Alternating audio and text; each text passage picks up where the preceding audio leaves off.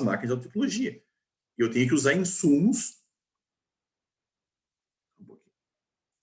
Eu tenho que usar insumos também que nem sempre estão disponíveis no Brasil. Não é o caso de gostar ou não gostar de fazer, né? Então, quando a gente fala que as empresas de vocês vão se envolver num processo de internacionalização, significa vocês conseguirem abrir a mente de vocês e olhar o mundo como um todo. Que, por exemplo, tem uma empresa, se não me engano, que trabalha com drones, outra com veículos autônomos, uma coisa assim, né? Eu vi, eu não tenho bem, não guardei os nomes, tá? Mas, por exemplo, essas empresas, para que elas se tornem competitivas, eventualmente, elas vão ter que adquirir os seus insumos, os produtos, partes para montar esse produto fora do Brasil. E, eventualmente, eles vão identificar que o melhor lugar para montar esse produto é num outro país, que não é o Brasil. E vão entender que o melhor mercado para vender esse produto é na América Latina toda, de língua espanhola, ou na Europa, ou na Ásia. Tá, mas e o Brasil? Não, o Brasil vocês vão ficar aqui na matriz da empresa coordenando a operação. Compra produto lá, monta o produto lá e vende para outro mercado. Presta serviço, aluga, renta, ou faz qualquer coisa. Ah, mas isso é muito complexo? Não é. Não é. Para fazer assim, quem nunca fez, nunca passou por isso, nunca teve, é complexo, né? E por isso a gente tem algumas formas de avançar nisso que a gente vai ver daqui um pouquinho mais. Tá? Bom, aí tem um outro detalhe muitíssimo importante e que todo mundo deve ter em mente. Tá? Por que que a gente vai procurar fazer negócio com o exterior? Tá? Uma coisa assim, quero vender mais, quero vender com mais lucro, eu quero expandir os meus negócios, eu quero diluir o risco de vender num país só, eu quero ter os benefícios da credibilidade de quem já exporta, né? Porque se eu disser, não, eu quero perguntar a vocês, não, onde é que vocês, quem são os clientes de vocês? Eu tenho um cliente aqui em Porto Alegre, tem em São Leopoldo, Novo Hamburgo, tem um em São Paulo e em Curitiba. Beleza. Aí os caras perguntam para o concorrente de vocês, você tem cliente aonde? Olha, eu tenho aqui em Porto Alegre, tem em São Paulo, tem em Curitiba, eu tenho em Bogotá, eu tenho na Cidade do México, tenho lá em São Francisco e tenho em Bruxelas. Puxa, pode ser até que o cara não seja melhor que vocês, mas se ele já está em outros mercados, competindo com outras empresas também internacionais, quer dizer que pelo menos ele consegue sobreviver num ambiente competitivo mais complexo do que o Brasil, simplesmente. Tá? Então, essa vantagem em termos de imagem também é um resultado. Mas, antes disso ainda, é assim, o mundo hoje, em termos de negócios, primeiro eu vou dizer para vocês, assim, toda vez que vocês virem um trabalho ligado a negócios internacionais, vocês vão ver, tendem a ver em algum lugar esse trabalho dizendo o seguinte: a queda das barreiras internacionais e a facilitação do comércio. Isso para mim é mentira, que as barreiras não caem e o comércio não fica facilitado, né? O que acontece é que nós desenvolvemos a capacidade de transpor as barreiras, mas elas estão sempre lá e às vezes os governos vão botando elas mais, né? Vão aumentando. Então, quando a gente diz, mas de fato, o número de trocas de produtos e serviços ele aumenta cada vez mais. Os ambientes competitivos são cada vez mais diversos, assim, com mais fornecedores e compradores de todos os lugares. Então, assim como eu posso ir para qualquer lugar vender os meus produtos ou serviços, qualquer um, de qualquer lugar, pode vir aqui no meu quintal vender os seus produtos e serviços. E aí, daqui a pouco, a gente está aqui trabalhando num modelo de negócio, numa solução de um problema, fazendo MVP, investindo. Daqui a pouco tem um cara, já tem tudo pronto lá em Israel, o cara só faz um movimento e vem para cá e vende o produto aqui. O cara já desenvolveu, já está validado.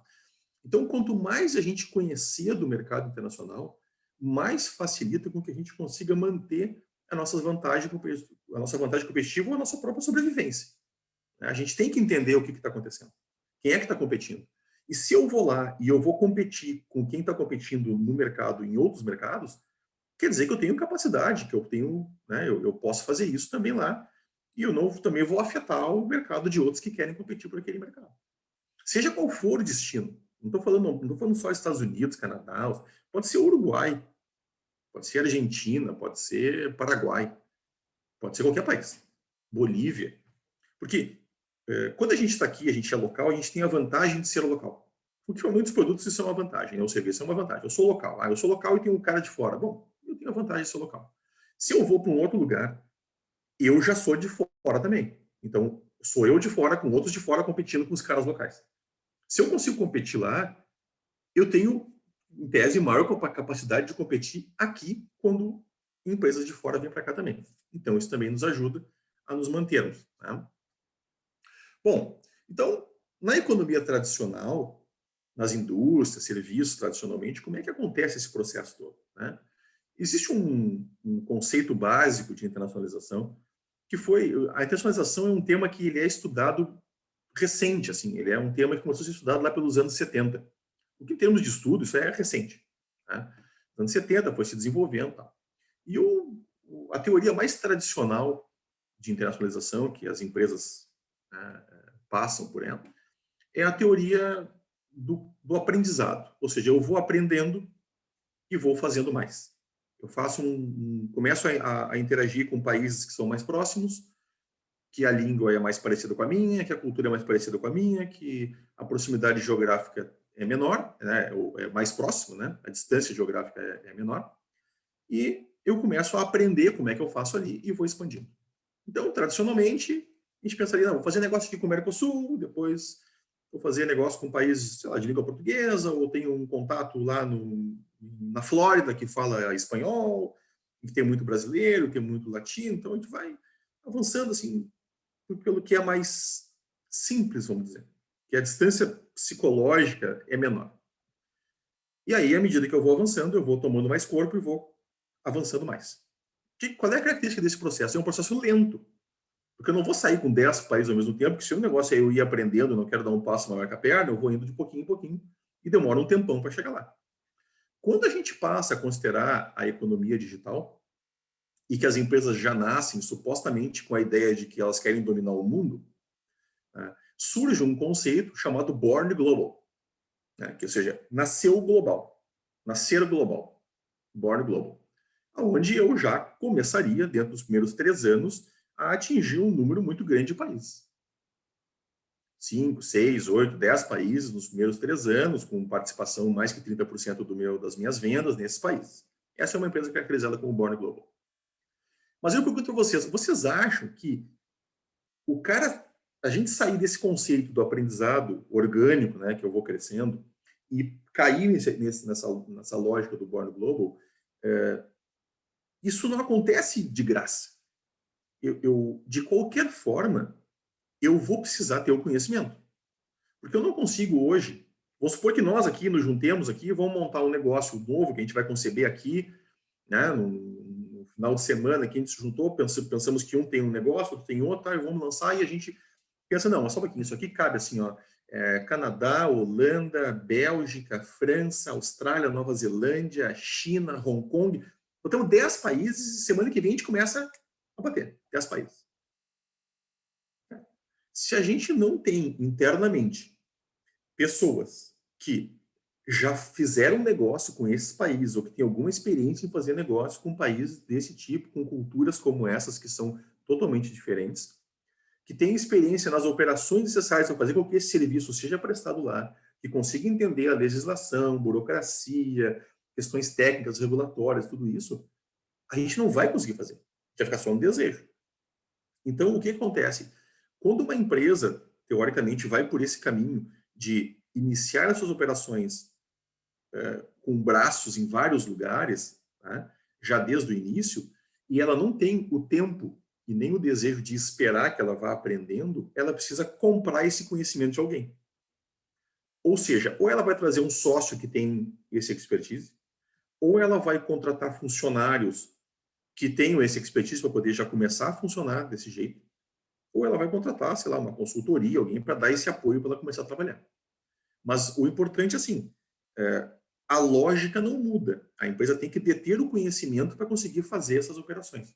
Seja ele interno, que foi aprendido ao longo do tempo, que demorou bastante, ou seja ele de fora, que veio mais rápido, porque já veio pronto. A diferença é que nesse que já veio pronto, ou eu tenho a sorte de trazer um sócio que tem esse conhecimento, ou eu vou ter que ter recursos disponíveis para poder, né, angariar recursos humanos que tenham capacidade de gerenciar esse processo todo. Tá? Bom, então, como é que se dá esse processo de internacionalização, tanto em termos tradicionais de produtos físicos, como de produtos, como de produtos, deixa eu tirar o som aqui. Como de produtos de serviços, né? De produtos não tangíveis. Bom, inicialmente, a gente começa a, em tese, oferecer os produtos ou começa a negociar com alguém que já vende naquele país ou começa a fazer uma venda esporádica, à medida que alguém pergunta, que alguém nos pede ou a gente identifica num nicho específico, a gente consegue atender e a gente começa a fazer isso e atender um cliente, 2 clientes, 3 clientes, começa, né, a achar algum nicho onde a gente consiga penetrar. Posterior a isso, a gente começa a colocar esforço nesse negócio. Ou seja, poxa, eu acho que isso funciona mesmo. Então, vamos dedicar um recurso da empresa, uma parte do nosso tempo para focar naquele negócio, com aquele país, ou com aquele grupo de países, ou com aquele nicho que existe em vários países. Aí, a gente vai indo e isso vai dando certo. Ah, qual é o próximo passo? Bom, o próximo passo, a gente vê que país é X, um X país tem grande potencial de fazer negócio. A gente já conseguiu entender as características dos consumidores lá, dos clientes, se é B2B, das empresas, enfim, e a gente pode passar a ter uma estrutura local. Né? Ou desenvolver uma parceria, que pode ser uma joint venture, que eu vou me juntar com uma outra empresa para criar uma terceira, ou fazer um acordo operacional com alguém que já atua lá, e o meu produto pode ser complementar àquela linha, ou pode ser complementar os dois e fornecer um terceiro produto. Tá? Então, eu vou indo de uma forma gradual. Esse é a lógica. Ah, mas se eu sou born global, se eu já quero nascer trabalhando em 10 países, ok, eu vou passar por essa etapa toda e vou começar já fazendo negócio, vou abrir escritório em 3, 4 países, ok. Sim, mas como são vocês? Se eu faço isso sozinho, eu demando recursos. Eu tenho que ter recursos, tenho que ter dinheiro para fazer isso. Tem que ter alguém que tem que financiar isso. Né? A gente não chega num outro país e constitui uma empresa e começa a buscar mercado e tal, sem ter recurso disponível. Precisa de recurso, e muito recurso. Né? Então, se eu vou sozinho, eu preciso de mais. Se eu vou através de parcerias, eu preciso de menos. Né? Porque eu uso as parcerias para facilitar. Né? Então, eu sempre comento, né? Cara, a gente nasceu aqui, fez negócio aqui a vida inteira, estudou no Brasil, a gente não sabe, não consegue fazer negócio em Santa Catarina. Né? Às vezes, imagina num outro país, assim, do nada. Né? Então, a gente precisa estudar aquele mercado, a gente precisa entender como é que ele funciona, ter um número grande de informações. Ah, precisa ir lá? Seria bom, depende do produto. Depende do produto, é necessário, depende do produto, não é necessário.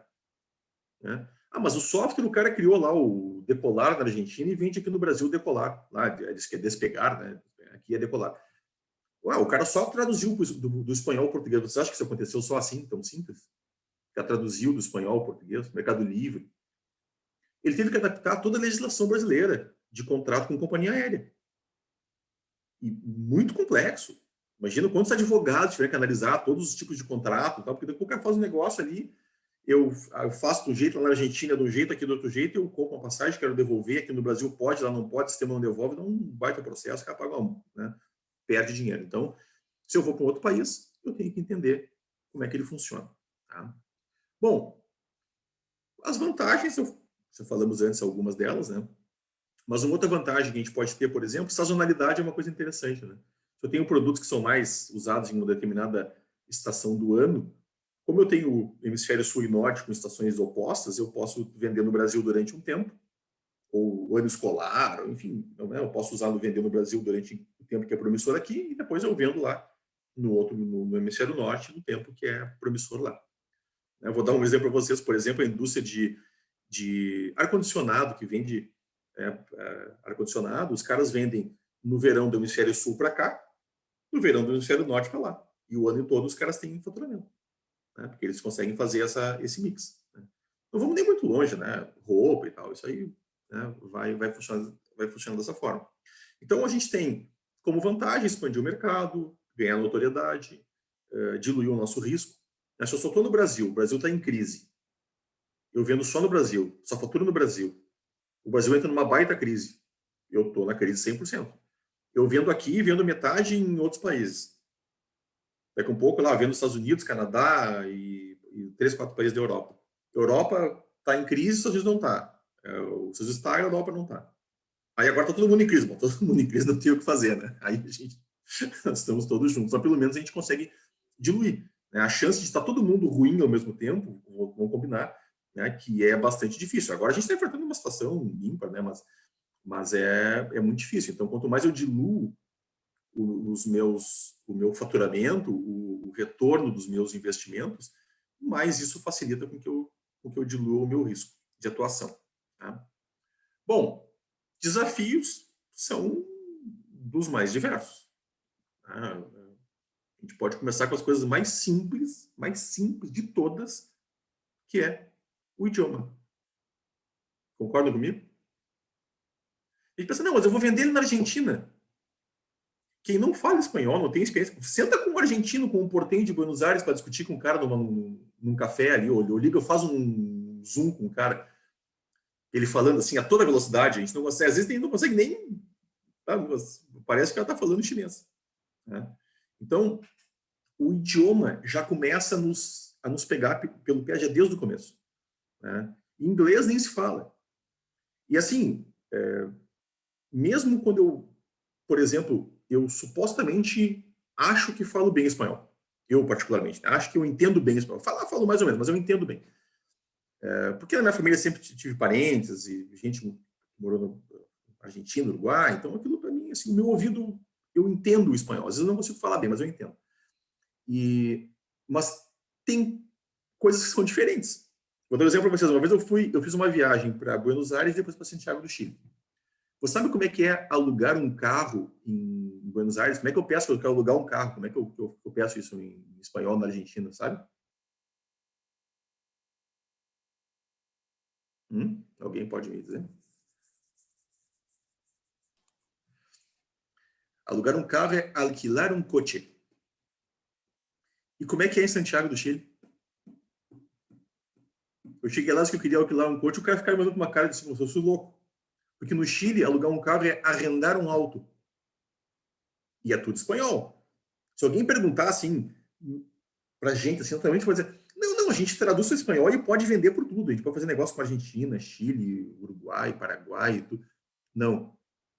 Assim, cada país é diferente do outro. Né? E não quer dizer que a gente vai conseguir atender a todos eles. Mas tem uma coisa boa. Né? O mundo tem mais de 200 países. Se não funciona com um, tem mais 199 para a gente testar. Né? Então, assim, a gente não pode se debater se não dá certo em um deles. Se a gente realmente quer buscar novos mercados, e não necessariamente os melhores mercados vão ser aqueles que a gente olha assim com um brilho nos olhos no começo. Ah, mas é Canadá, mas é Europa, é China, é Hong Kong, é Singapura. Às vezes, o melhor mercado é aquele mercado que tem um nível de desenvolvimento um pouco menor e que tem um grande número de consumidores. Esse país pode estar na África, pode estar aqui na América do Sul, né? E ter um mercado potencial maior que o mercado brasileiro. Tudo vai depender em qual nível do ciclo de vida daquele produto, daquele serviço que eu pretendo fazer está aquele país. Né? Então, os desafios eles são muito grandes. Né? Ele começa desde o idioma até a questão de constituição de um negócio. E se eu quero, em vez de constituir um negócio, eu vou desenvolver uma parceria. Sim, mas eu tenho que fazer um contrato. Aí eu vou fazer um contrato com um estrangeiro no país dele. Como é que eu sei se aquilo vai me resguardar de alguma forma? Eu tenho que buscar aqui advogados especializados em direito internacional, o que não é tão fácil de encontrar, e que entenda se é minimamente válido um contrato, porque como cada país tem as suas regras jurídicas, tem os seus, tem os seus detalhamentos técnicos e jurisprudências, nem sempre a gente consegue ter certeza que aquilo está bem feito.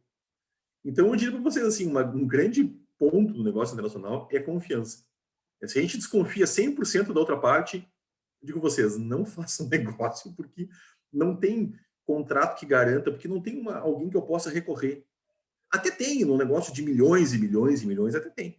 Mas um negócio aí de 100, 200 mil, 300 mil dólares, 50 mil dólares, infelizmente não tem.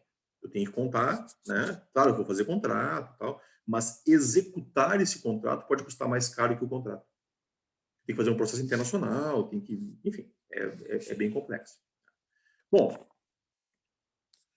pessoal, esse slide aqui Quando eu estava preparando isso aqui, eu coloquei esse slide que eu estava pensando que eu podia não fazer mais nada. Só esse slide aqui, a nossa conversa deveria andar tudo em cima desse slide aqui. One size does not fit all. Não tem como a gente pensar que a gente vai ter uma estratégia e essa estratégia ela vai valer para todos os lugares. Cada lugar, cada característica de lugar, eu vou ter que ajustar a minha estratégia. Algumas delas eu vou ter capacidade de atender, outras eu não vou ter. E lembra lá quando foi no começo, né? Fazer sim ou não, como fazer e quando fazer. Pode ser que eu não tenha agora, mas que mais adiante eu tenho. Né? Então, não, mas o meu sonho é abrir um escritório na Austrália. Por quê? Porque eu gosto de surf, eu quero abrir um escritório na Austrália, eu quero poder surfar na Austrália metade do ano e tal. Dá pra, sim, ok, eu vou investir lá na Austrália, mas daqui a um pouco, hoje, o meu negócio não cabe na Austrália. Vou dar um exemplo para vocês. Imagina assim, ó, a gente tem que olhar sempre o ambiente todo. E o macroambiente ele é composto de questões políticas, regulatórias, questões legais, questões sociais, econômicas, de sustentabilidade, enfim, tem uma série de elementos que compõem o macroambiente. O que é o macroambiente?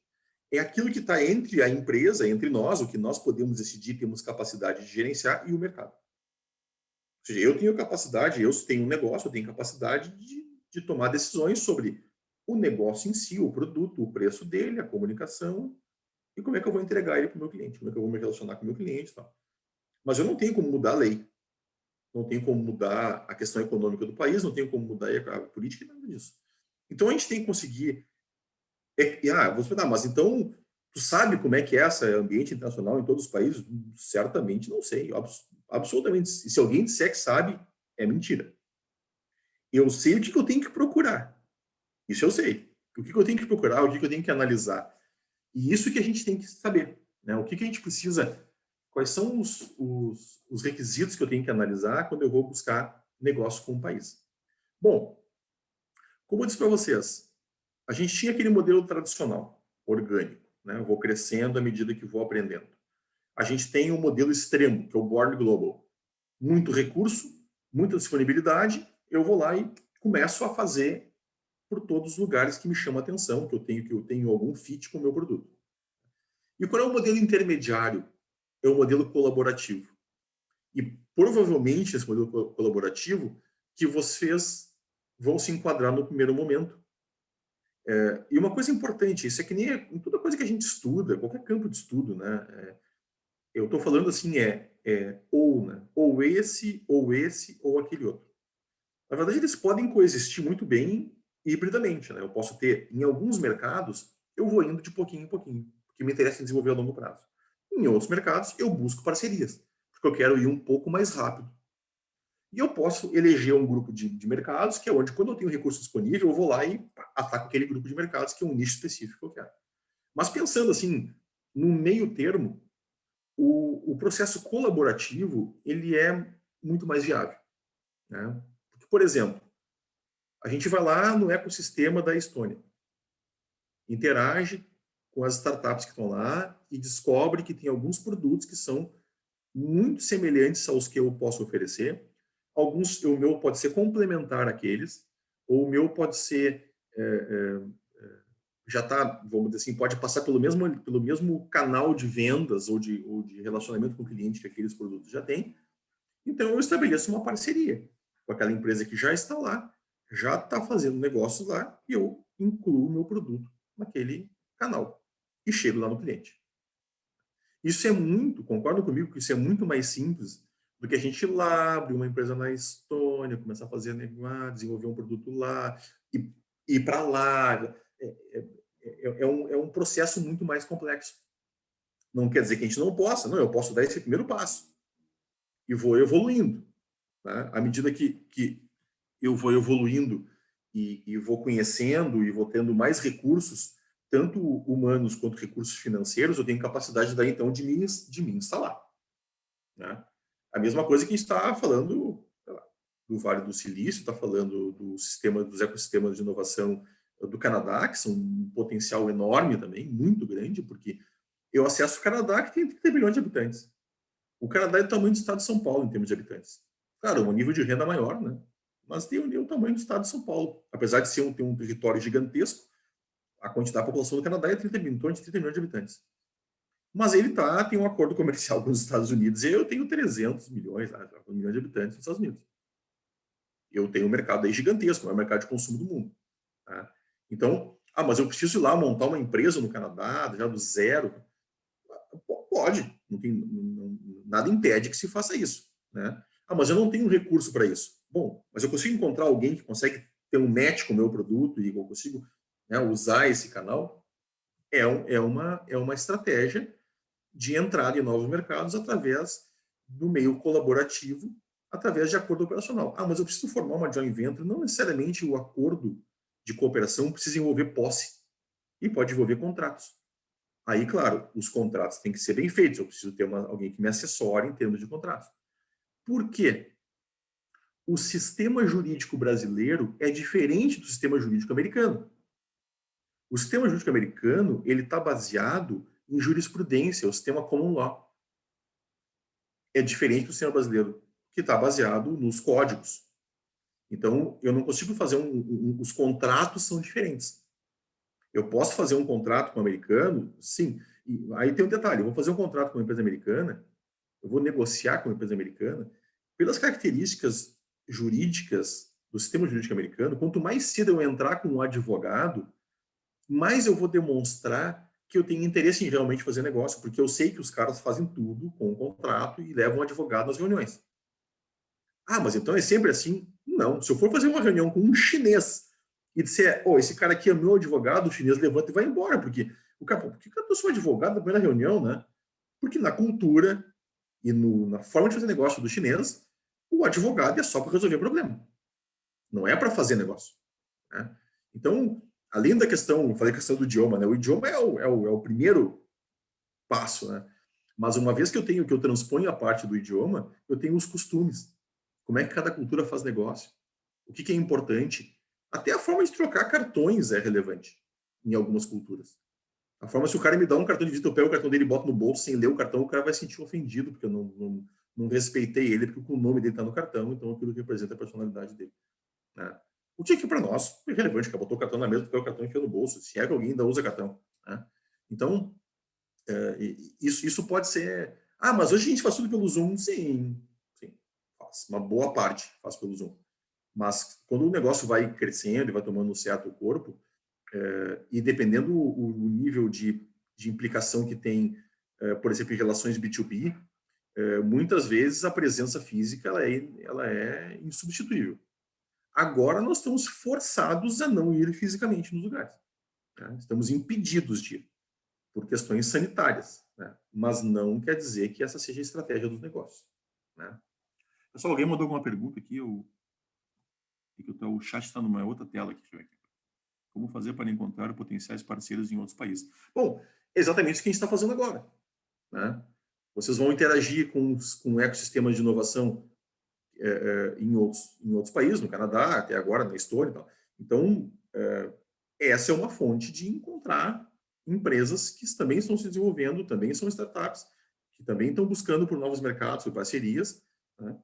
Porque, tradicionalmente, a gente vai procurar essas empresas, assim, vão ser uma empresa do ramo, uma empresa da economia tradicional, ela vai procurar parcerias, ainda feiras, consultando outros clientes, entender quem é que são fornecedores daqueles clientes e tal, e acaba conhecendo as empresas. Como a gente está num ambiente de inovação e de crescimento muito rápido, os ambientes onde estão concentradas empresas, nos hubs, é muito mais fácil a gente encontrar empresas lá que a gente consiga se associar de alguma forma, do que a gente ir procurar de outra forma. Não tem, vou procurar no Google, não é esse caso. Né? Como eu disse vocês, é importante visitar o lugar. Assim, se o meu produto é um produto de consumo, que eu vou atender pessoas B2C ou B2B2C, é importante eu conhecer o mercado, é importante eu entender se aquele problema que eu vou resolver ou que eu pretendo resolver, lá ele é um problema. Vou dar um exemplo para vocês. Tinha uma empresa que eu fiz um trabalho uma vez, até foi no programa na PUC, e esses caras trabalhavam com uma solução de controle de estacionamento. Tá? fez cancela, sistema que controla pagamento, aqueles totens e tal, né? E eles queriam expandir. E aí eles procuraram uma consultoria no Canadá para avaliar se o mercado no Canadá tinha potencial para esse tipo de produto deles. O que eles concluíram? Né? O que eles faziam, o canadense já tinha passado há muito tempo, porque qual era o objetivo do negócio deles? Qual é o objetivo de um controle de estacionamento aqui no Brasil? É impedir que o carro saia sem pagar. Concorda comigo? É barrar o carro. O carro não sai com o carro daqui sem pagar. Porque tem o potencial do cara sair com o carro sem pagar. Lá no Canadá, os caras não estão preocupados com isso. O problema que eles tinham que resolver lá era como fazer o cara pagar da forma mais fácil possível para ele, para atrapalhar o mínimo possível ele na sua saída do lugar onde ele está. Então, num lugar, o meu objetivo era barrar para não pagar. Quem não paga, no outro, não, os caras queriam que o cara saísse, então eles queriam fazer mais rápido a forma de pagar. Era outra preocupação. Era outra forma mobile de fazer tal, porque eles queriam que o cara pagasse de qualquer jeito e saísse sem demorar, sem atrapalhar. E aqui a gente tinha que, o que os caras estavam fazendo aqui no Brasil era achar forma de impedir que o cara e deixar a conta para trás. Então lia a placa, fazia várias coisas. Que lá os caras não estavam preocupados com isso. Estavam preocupados com outra coisa. Então, às vezes, a gente tem que entender se a nossa solução tem fit nesses mercados, né? Pode ser que tenha, pode ser que não tenha. É que não tem a que a gente tem, mas a gente tem capacidade de fazer outra que pode ter. Aí esses caras, o que eles pensaram? Eles, puxa, o nosso produto hoje não cabe lá. Mas essa forma como eles estão fazendo lá, isso deve fazer uns 3, 4 anos atrás, a forma como eles fazem lá vai caber aqui no Brasil. Então, ao invés deles levarem o produto deles para lá, eles foram buscar alguém que pudesse dividir com eles aquela tecnologia para eles trazerem para cá e ganhar o mercado aqui. No futuro, quando a lógica fosse diferente. Né? Então, essa é a vantagem de a gente conseguir olhar o negócio com uma visão mais ampla. É conseguir aproveitar essas oportunidades. E nem sempre a gente vai encontrar um mercado lá que vai dizer, pô, legal, vem aqui, eu vou te comprar. Daqui a pouco tu vai encontrar um negócio lá que é a solução para aquele problema que tu está tentando resolver. Ou pode ser complementar, ou pode te dar outra ideia de juntar com ele e fazer outra coisa em vez de atender lá, atender aqui. Né? E não quer dizer que isso não seja global, não, porque eu vou, né, aí tu pode, isso vai se retroalimentando. Né? Alguém mandou outra pergunta aqui. O Brasil, é possível aproveitar o imposto de importação de componentes para abater o imposto de exportação do produto? Sim, primeiro, não existe imposto de exportação. Ele existe, mas é raro. É quando o governo quer controlar a saída de alguma coisa aqui para nós, aqui, às vezes acontece algum tipo de alimento, sabe? Que agora quer abarrar a saída de milho, ou de soja, ou de café. Mas, em geral, não existe. Tá? Quando eu trabalho com produtos físicos, por exemplo, eu falei lá o pessoal que quer montar um drone, por exemplo, tá? Ou quer montar um carro autônomo. Tinha um carrinho de entrega, acho que para fazer entrega em hospital. Então. Quero montar esse carrinho. Eu posso trazer um motor de um lado, eu posso trazer as rodinhas de outro, eu posso trazer as placas de eletrônica de outro lugar. Aqui no Brasil eu monto tudo isso e eu exporto. Que vantagem o governo me dá? Eu posso importar todos esses produtos e não pagar nenhum imposto na importação. Em média, no Brasil, quando eu importo um produto, eu pago mais ou menos entre 80% e 90% de imposto. Não vou ser tão radical. Entre 70% e 90% de imposto. Todos os impostos. Entre PIS, COFINS, IPI, ICMS, imposto de importação. Quando a gente importa um produto, 70%, 80%. Raros casos são menos. A maioria, em geral, eletrônicos passa de 100%. Carro passa de 100%. Tá? Então, quando eu vou quando eu vou comprar um insumo para usar em um produto que vai ser exportado posteriormente, eu faço uma operação chamada drawback, ou drawback. E no drawback eu importo sem os impostos e posso exportar daí o produto para ter mais vantagem competitiva no exterior. Tá? Comentário imposto. O Brasil é bem visto no exterior como um país provedor de soluções tecnológicas, ou existe algum preconceito por um... Eu acho que não é que exista preconceito, mas é que tem outros países que têm mais tradição nisso. Né? Eu confesso que essa não é bem a minha... Eu não poderia responder isso com total propriedade, porque eu posso estar até enganado, mas assim, até onde eu sei e aonde eu acompanho, o Brasil não é o país que tem maior destaque como provedor de soluções tecnológicas. Eu acho até que ele está se desenvolvendo, está crescendo cada vez mais, mas outros países têm mais tradição nisso.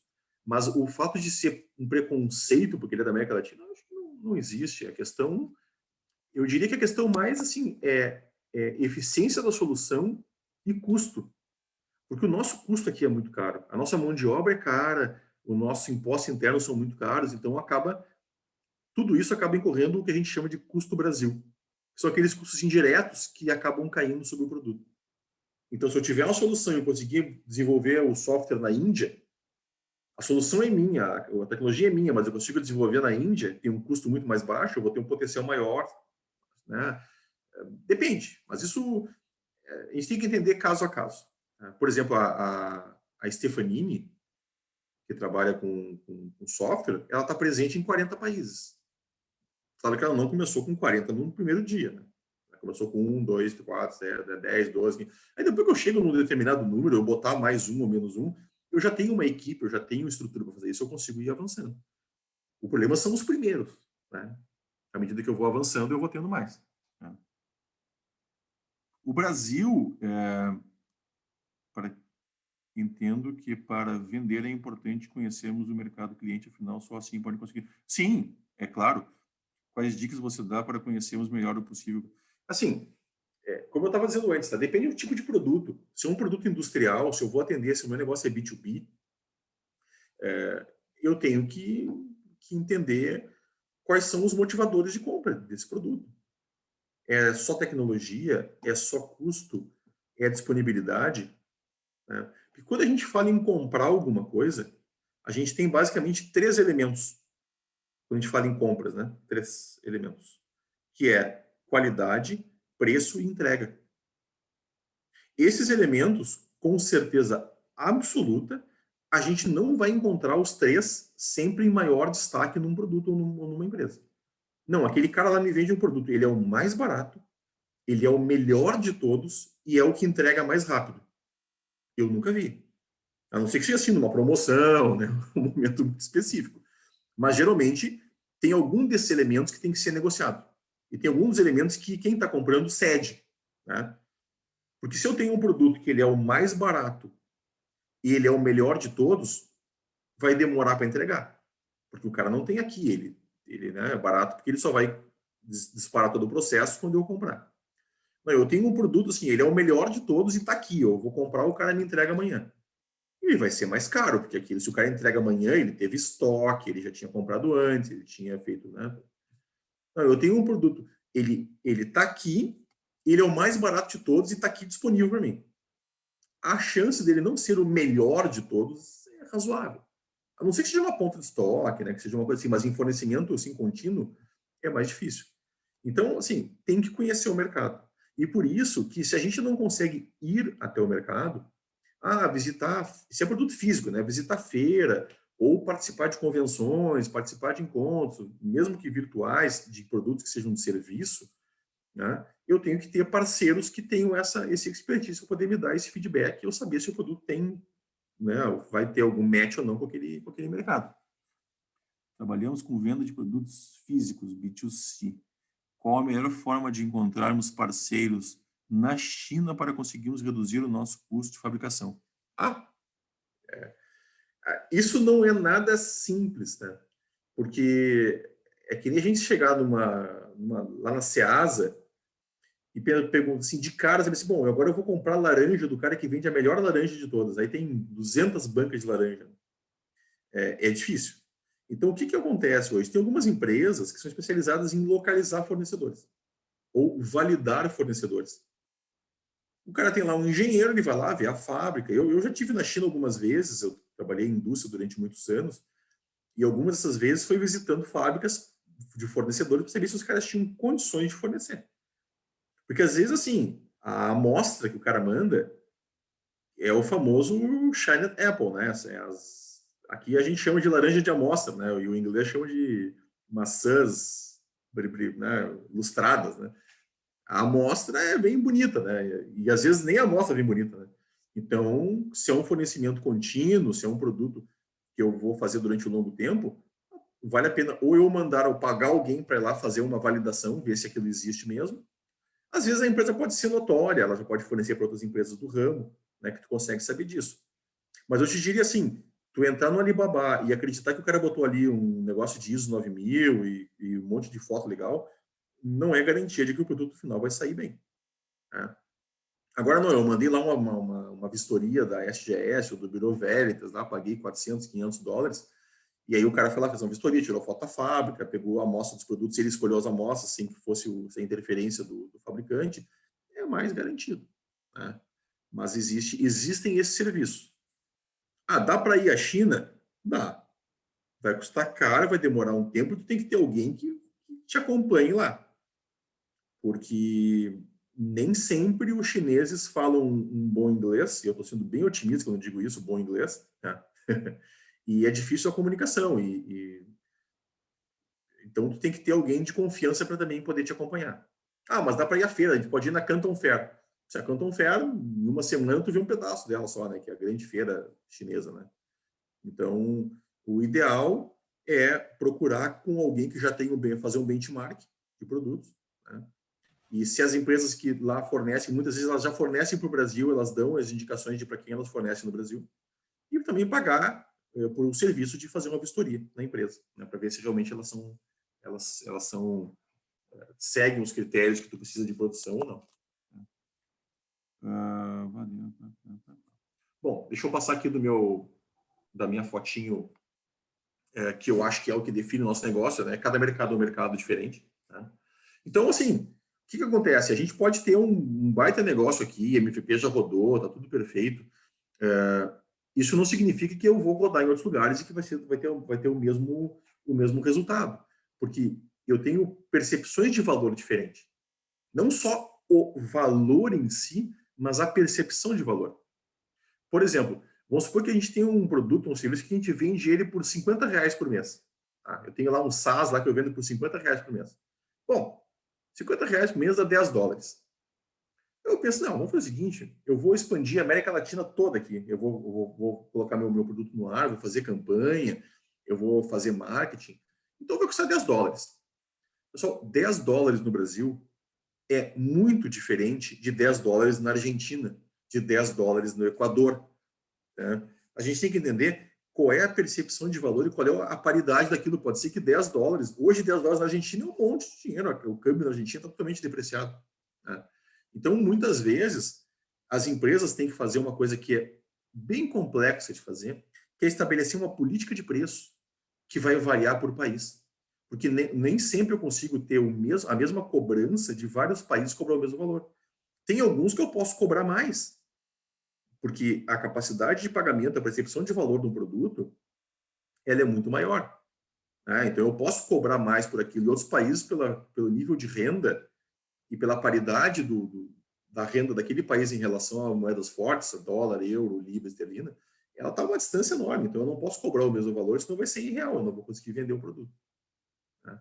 Então, a gente tem que fazer essa análise também para entender como é que eu consigo entrar em outros mercados que não necessariamente, né, uma solução resolve para todos. Né?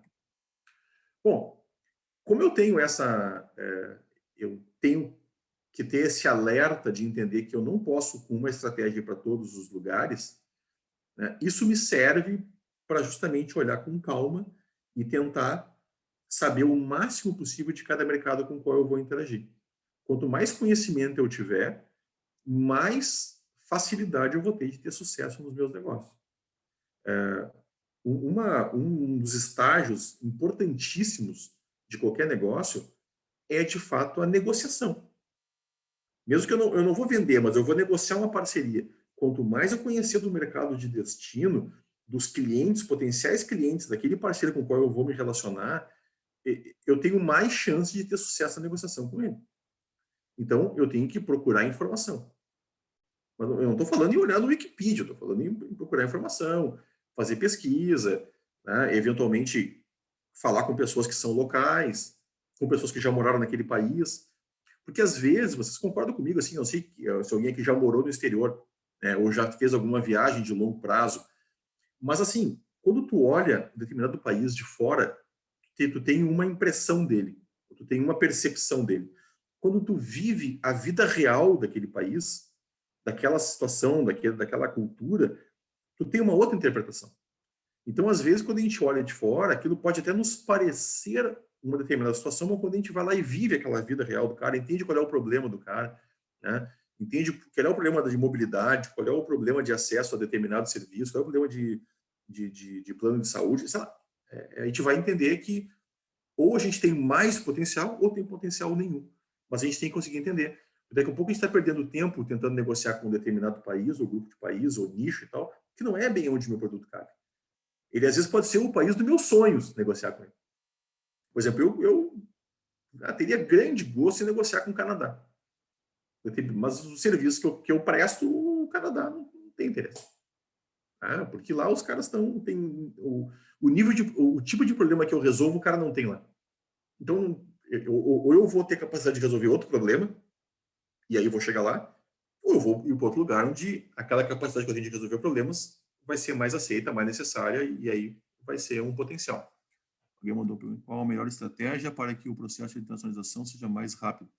A minha empresa é uma biotech, o desenvolvimento é mais lento comparado com as de techs de software, incubador. Sim, assim, uma coisa bem importante, assim, produtos que requerem registros especiais do tipo cosméticos, produtos agrícolas,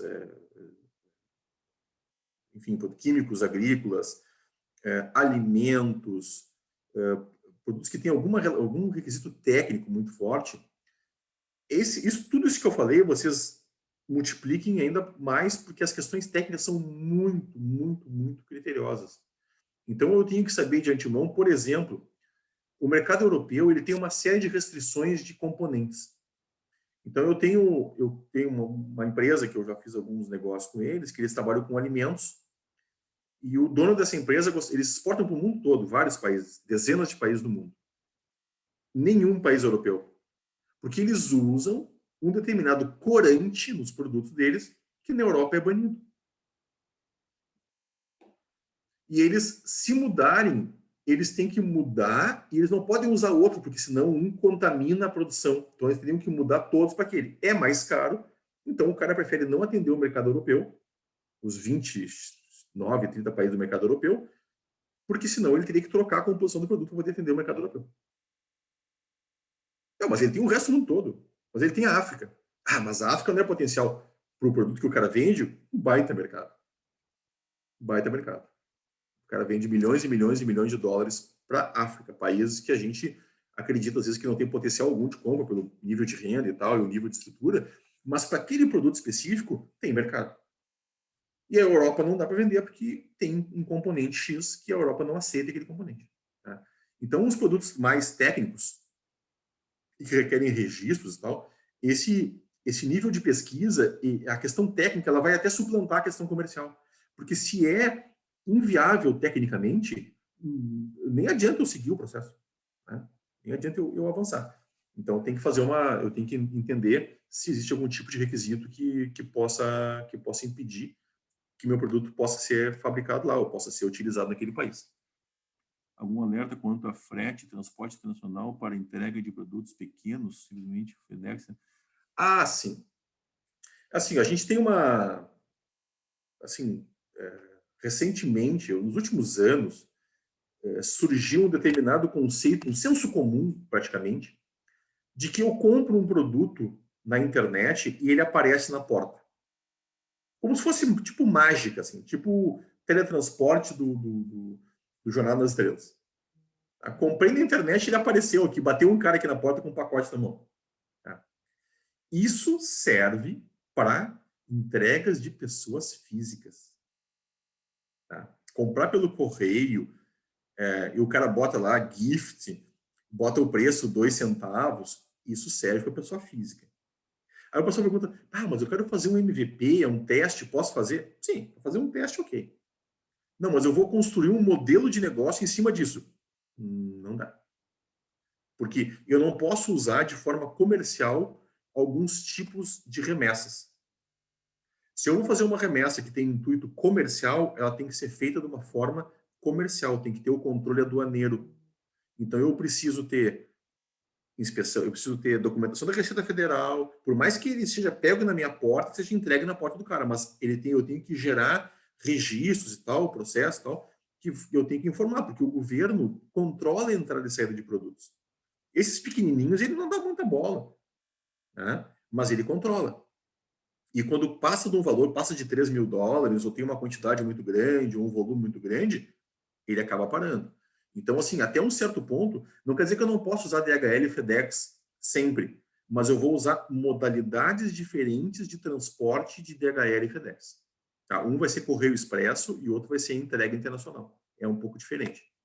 Mas a pergunta se existem outros é assim, esse nível de pequenos pacotes, hoje existe a DHL, a FedEx e a UPS. Antigamente existia também a TNT, mas ela foi comprada pela FedEx. Então, hoje só tem 3 empresas de courier no mundo, de correio expresso. São essas 3. Eu tenho depois um enorme número de empresas de logística internacional. Mas aí é para cargas maiores.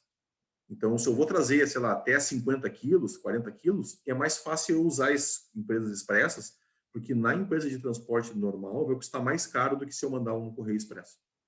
E os fretes são caros, né? Os fretes, eles estão caros hoje. Hoje, os fretes normalmente são caros. Nesse momento, depois da pandemia, os fretes estão especialmente caros. Para vocês terem uma ideia, para trazer um container da China até o Porto Rio Grande, custava em torno de $1.600. Sabe quanto é que está custando hoje? $10.000. Só o frete. Só o frete. Eu estava fazendo um projeto para uma cervejaria para importar latas, porque aqui no Brasil está faltando lata, né? As pessoas estão tomando mais cerveja e está faltando lata. O container de lata, as latas valiam $9.000 e o frete estava $10.000. E não adiantava, né? Aí ficou inviável o negócio, né? O cara pagou mais caro aqui porque não vale a pena, aqui seria o dobro do preço. Perguntou o que você acha de seguir uma estratégia semelhante à do Uber, qual obrigou o Brasil a mudar a legislação. Sim. Existem algumas estratégias, tá, que a gente considera quando vai entrar no novo mercado. Tá? Uma delas, por exemplo, se eu sou uma indústria, né, eu vou entrar num outro mercado e eu tenho fornecedores locais daquele mercado. E daí eu tenho um certo impacto no mercado. Né? Se o governo tem alguma legislação que pode me afetar, ele vai acabar afetando indiretamente as outras empresas que fornecem aquele mercado. Eu posso pegar empréstimo, porque no Brasil é muito comum. Uma empresa vem no Brasil fazer negócio, o BNDES empresta dinheiro para a empresa.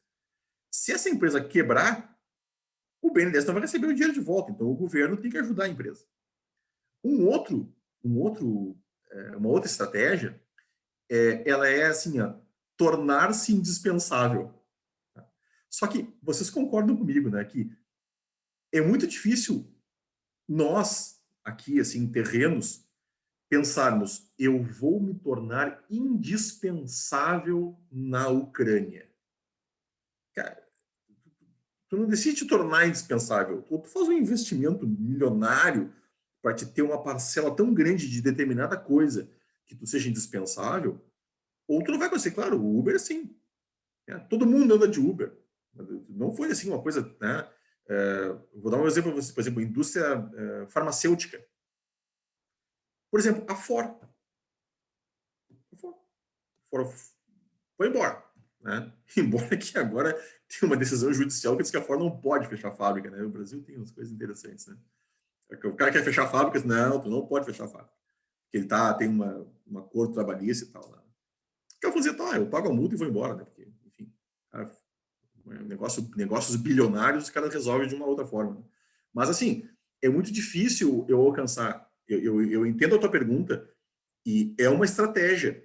Mas para te realizar essa estratégia, tu tem que ter um investimento, né, gigantesco. Tu vai dizer, não, mas eu tenho um parceiro, eu tenho uma parceria com a Apple, ou com a Samsung, ou com o Tesla, ou com a Tesla, com o Musk, ok, daí sim.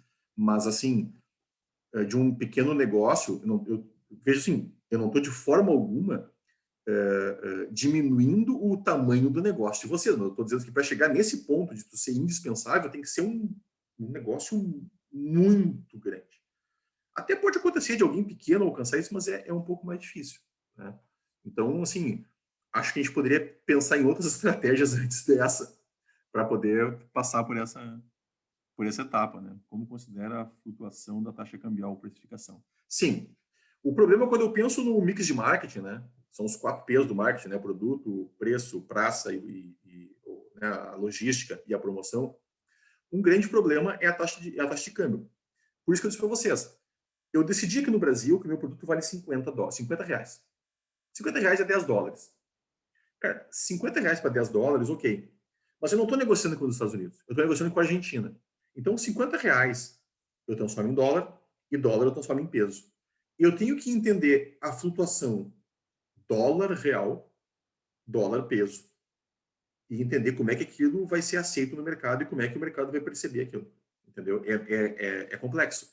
Se eu estou vendendo para os Estados Unidos, eu tenho uma conversão só. Real para dólar. Ou vendendo para a Europa, real para euro. Mas se eu estou negociando com a China, por exemplo, a gente não negocia nem em reais e nem em yuan renminbi. A gente negocia em dólar. Então, eu dependo eu tenho que entender qual é a relação real-dólar, qual é a relação dólar-yuan. Isso tem que fazer essa análise, e aí está no ambiente. Eu vou chegar aqui daqui a pouquinho. Eu vou chegar no ambiente e nós vamos falar sobre isso, tá? Só quero passar mais 2 slides aqui. Tá? Assim, uma coisa importante assim, a gente não tem muita estatística, né? A gente tem algumas estatísticas de comércio exterior, mas não tem muitas estatísticas relacionadas às empresas internacionalizadas. Né? Então, estou dizendo que um negócio de 2018, que em termos estatísticos não é tão antigo assim. Tá? Porque estatisticamente ela tem 1 ou 2 anos de delay. Tá? Então, aqui foi feita uma pesquisa para entender qual era o motivador das empresas em se internacionalizar. 72,7% de diversificação, aumento de vendas, queriam vender mais. 67%, 65% de diversificação de risco e 61% proteção em relação à volatilidade do mercado, o que é praticamente quase a mesma coisa. Então, a gente vê que aumento de vendas e diluição do risco. Eram os principais, isso aqui empresas em geral, indústria, serviço, tudo, né? Não é específico de startups. Né?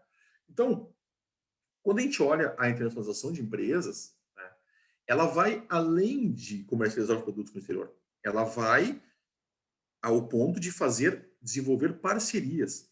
E vejam que a parceria não quer dizer que eu vou achar alguém que vai ser um distribuidor. Eu posso fazer uma parceria com um cliente, o qual eu vou fornecer para ele de forma exclusiva durante X tempo.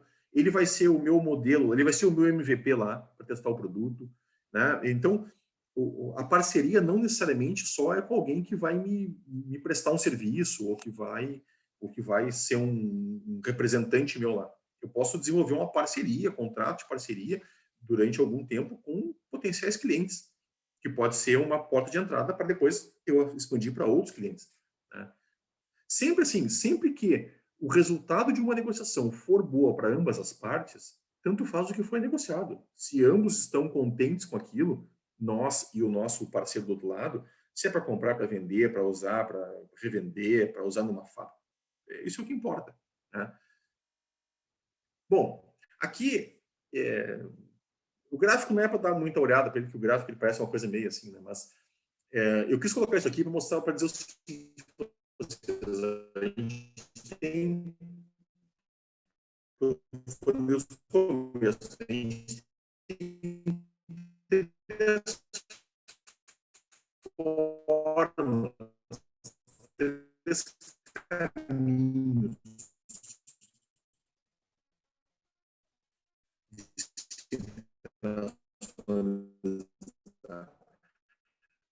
um deles é o orgânico, que é esse que eu vou crescendo na medida que eu vou aprendendo. O outro depende muito do tipo de produto, depende muito se é um produto de consumo, se é um B2B. A gente pode, por exemplo, vocês podem buscar por estatísticas comerciais. A gente consegue descobrir, por exemplo, em estatísticas comerciais, estatísticas de comércio entre os países, quem é que já compra aquele produto. É meio caminho, né? Eu quero vender um produto que é uma solução para quem fabrica vinho. Eu vou falar com as vinícolas, né? Ah, mas a vinícola lá só compra do cara que é local. Bom, então eu tenho que falar com o cara que vende para as vinícolas e que ele é local lá. Só que pode ser que lá no Chile o cara só faça assim. Mas pode ser que lá na Colômbia o cara compre importe direto. Isso a gente só vai saber testando. Né? Porque, como eu disse a vocês, cada país é diferente do outro. Isso parece assim uma falácia, né? Não, mas o cara não quer dizer, porque não é, mas de fato é. A gente, às vezes, pensa que é só transmitir um negócio de um lugar para o outro, porque é muito parecido, mas de fato não é. Então a gente tem que ir testando. Como eu não tenho braço, a gente não tem braço para testar em tudo ao mesmo tempo, a gente elege os que são mais potenciais e vai testando num.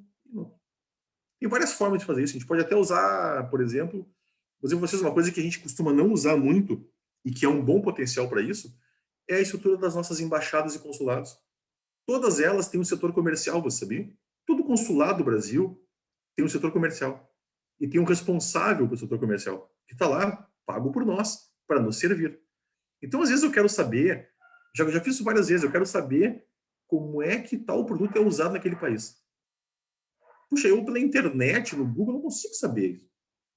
Liguei, falei com um brasileiro que estava lá em Dubai. Disse, cara, como é que em Dubai, como é que os caras usam isso aí em Dubai? O cara disse, não, aqui é diferente que as famílias em Dubai elas são muito grandes. O árabe tem muitos filhos. Então, tu quer vender um produto que é pequeno, não dá, porque aqui as famílias são grandes. Esse negócio que tu quer vender tem que ser grande. Tu tem grande? Não, o maior que eu tenho é X livros. Não, isso aí, isso que eu nem compro aqui, porque aqui não dá. Então, tá bom. Cortei Dubai da minha lista e fui pro próximo. Né? Mas se eu não fizesse isso, eu podia ficar tentando achar um cara que pudesse comprar uma trade em Dubai, comprar tudo. Então, eu consegui pular uma etapa. Né? Agora, principalmente pandemia, às vezes a gente consegue falar muito com eles, mas eles estão lá e estão para nos servir. Tá? Leis como GDP, CCPA costumam ser a grande barreira para a internacionalização de empresas brasileiras.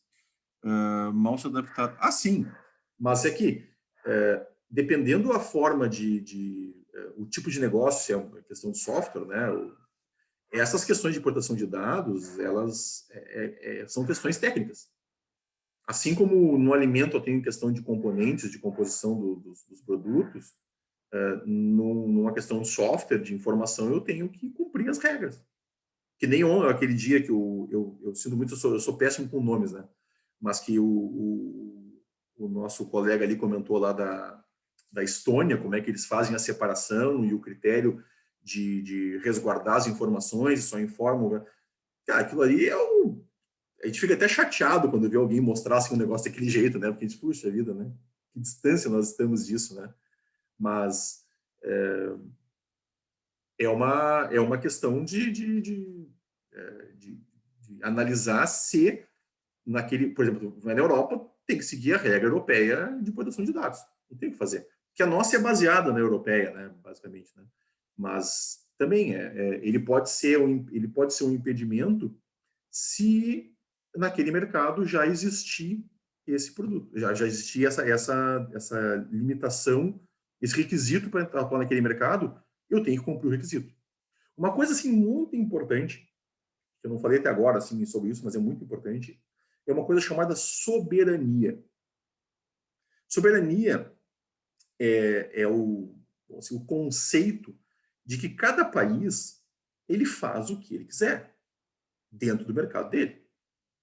Então, assim, quando eu quero vender produto, eu quero vender um produto na Argentina. Aqui do lado, aqui, né? É mais perto para nós, culturalmente, a Argentina do que Manaus. Né? Quero vender um produto na Argentina. Ah, mas lá na Argentina o cara só aceita o produto se for enrolado no papel vermelho. Ah, mas o meu é branco. Cara, se o governo argentino definiu que lá é só no papel vermelho para enrolar aquele produto, nós não podemos fazer nada contra isso. Ou a gente aceita e enrola no papel vermelho, ou a gente desiste de fazer negócio com ele. Não tem o que a gente faça. A gente não consegue interferir nas regras de um outro país. Não consegue. A gente tem que, só nos cabe seguir e atender à legislação, regras, conceitos, tudo. É que nem cultura. Ah, mas eu não quero fazer isso porque eu não concordo. Não nos cabe concordar ou discordar. Cabe aceitar e fazer negócio ou não aceitar e ir para o outro lugar. Então, tanto questão cultural quanto questões técnicas e legais, a gente tem que entender se a gente cabe ou não lá. Se não, não dá. Aí você poderia perguntar, mas a Coca-Cola? Mas e a Apple? Mas a General Motors? A Toyota? Sim. Aí eles são trilionários, bilionários, eles conseguem ter ações que podem influenciar os governos. Aí é outra história. Ah, mas teve um lugar onde não podia, daí a Coca-Cola não abriu a fórmula dela, mas tinha que abrir. Mas a Coca-Cola é a Coca-Cola. A Apple é a Apple, a Samsung, a IBM, sei lá, o Walmart, né? Mas não nos cabe contestar isso. Então a gente tem que aceitar e seguir ou declinar. Essas são as duas hipóteses que a gente tem. Tá? Então, deixa eu avançar aqui. Aqui, ó. Esses aqui são os elementos do ambiente, tá? Então a gente tem político, econômico, social, tecnológico, ambiental e legal. Todos os lugares que a gente for, a gente tem que analisar esses elementos aqui. Isso chama aqui análise PESTEL aqui, né? Political, economical, social, technological, environmental and legal. Então, todo lugar onde eu for, eu tenho que analisar isso aqui. Ah, tem dois iguais? Não tem dois iguais. Né? Mesmo que a gente vá, por exemplo, para a Europa, né, a gente pode ter questões legais que são homogeneizadas por causa do mercado europeu. Mas eu vou ter culturas diferentes. A França tem uma cultura, a Holanda tem outra cultura, a Suíça tem outra cultura, a Bélgica. Se eu for nos Estados Unidos e Canadá, eles têm disputas, que nem a gente tem com a Argentina aqui. Né? Então, eu não posso pensar que vai ser tudo igual. Cada país que eu vou atuar, eu tenho que passar por eu tenho que rodar essa análise aqui, né? Para poder minimamente entender se eu tenho condições de participar daquele ambiente lá. Né? Tá, mas e agora, olha só. Esse que vocês estão passando agora, esse momento que vocês estão passando agora desse programa, o que ele vai trazer para vocês de resultado? O que eu sugiro para vocês? Tá? Vocês vão conseguir enxergar diferentes características. Já viram, né? O cara lá que estava lá na Universidade de Chicago, o cara que estava lá na Estônia, são diferentes. Eles falam línguas praticamente diferentes, né? O nível, assim, a interpretação do inglês do americano falando e do alemão falando inglês, ele já é diferente. As culturas deles são completamente diferentes. Embora que o alemão que está na Estônia seja um cara, né, open mind, que viaja o mundo todo, ele tem uma cultura diferente do americano. Tá? E quando depois vocês vão conversar com o pessoal do Canadá e de outros países, é muito importante que vocês vão desenvolvendo essa percepção de entender essas sutilezas dessas diferenças entre eles. Porque isso é o importante, que vai dar mais subsídios para vocês conseguirem buscar os mercados de vocês mais se interessam, até entre esses que vocês vão ter contato agora, ou eventualmente vocês vão concluir que não é nenhum desses, é um outro diferente. Né? Então, é muito importante que eventualmente vocês façam perguntas para essas pessoas que vocês vão estar falando de países diferentes, até eventualmente sobre os mesmos aspectos, para entender como é que eles interpretam ou como é que o produto de vocês seria interpretado nesses países.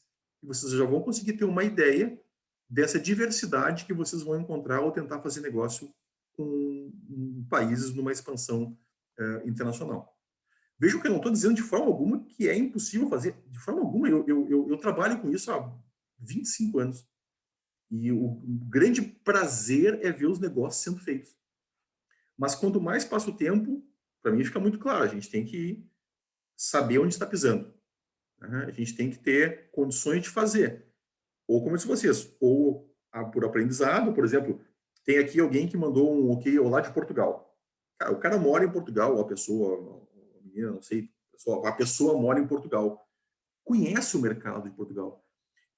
Você concorda que é muito mais fácil que essa pessoa que já mora em Portugal consiga levar o produto dela para Portugal do que uma outra empresa que nunca foi a Portugal consiga chegar lá e, no momento zero, entender como é que é a percepção do seu produto lá. Não quer dizer que ela não possa, ela pode fazer isso. Ela pode conseguir vender lá, conseguir fazer negócio com Portugal. Mas ela tem que, de alguma forma, entender como é que aquilo é percebido, qual é a percepção de valor daquele produto, se o serviço, se o problema que ela resolve lá existe de fato, enfim. É isso que eu estou querendo dizer. Não é que é impossível, de forma alguma, mas ele demanda um certo investimento de tempo e de recurso. Tá? Bom, aqui eu estou só a reportagem ali da Forbes, da Startup Movements Globalizing. Tem vários reportes aqui dizendo que a expansão é cada vez maior. A gente antes tinha os grandes unicórnios estavam em 4 países, agora estão em 40 países. Não, 37 países. Tem empresas que valem mais de $1 bilhão. Há 10 anos atrás, 8 anos atrás, só tinham 4 países que tinham empresas que valiam mais de $1 bilhão. Hoje tem 37 países. Né? Então, isso é um sinal de que esse mercado realmente está se expandindo. Né? Então, uma lição importante, né? Para a gente definir esse caminho, a gente tem que entender, tem que combinar os nossos recursos e capacidades para conseguir alcançar as oportunidades e transpor os desafios que vão ser decorrentes daquele ambiente externo. Tá? Isso aí é o que faz a gente conseguir ter sucesso. É entender a nossa capacidade, buscar o que falta, melhorar o que a gente já tem e conseguir alinhar com o que está lá. Aqui eu só coloquei uma escala, tá? Eu vou para negócios ainda. Essa escala aqui, pessoal, é a lógica de desenvolvimento da internacionalização. Tá? Que vai assim, desde não faço negócio algum. Tem um intermediário aqui que é assim, eu avalio o negócio, considero fazer, mas não faço, porque eu acho que não é bom ainda nesse momento. Começo a fazer com baixo envolvimento, ou seja, eu faço uma venda de vez em quando, eu vendo quando alguém me compra, quando alguém me pede, eu vendo, tenho 1 ou 2 clientes, mas eu não boto muito foco nisso. O próximo estágio é boto foco nesse negócio, eu tenho um pessoal dedicado para isso, eu tenho um tempo dedicado para isso, eu quero vender, quero me expandir.